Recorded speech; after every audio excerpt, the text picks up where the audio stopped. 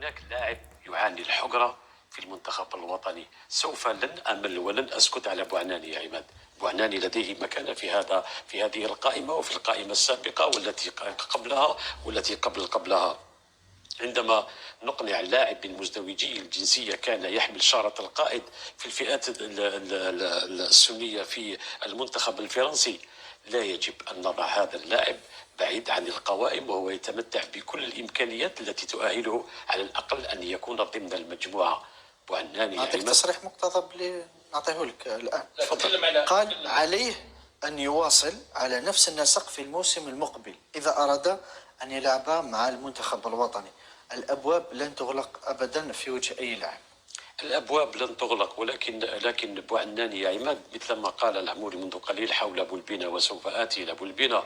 هناك لاعبين يا عماد علينا أن نعتني بهم على الأقل من الناحية الذهنية. بوعناني لديه مكانة. أنت طرحت سؤال منذ قليل على مراد حول إمكانية استدعاء لاعبين ويعني طالبت بمن يعني يعوضان هذين اللاعبين.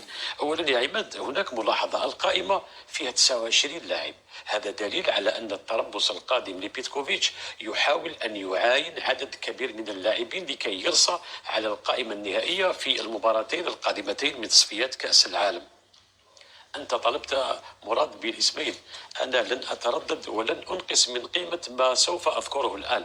بن رحمة يا عماد وبن زية يستطيعان أن يبتعد ولو تربصين لكي يفسح المجال لبولبينا لبوعناني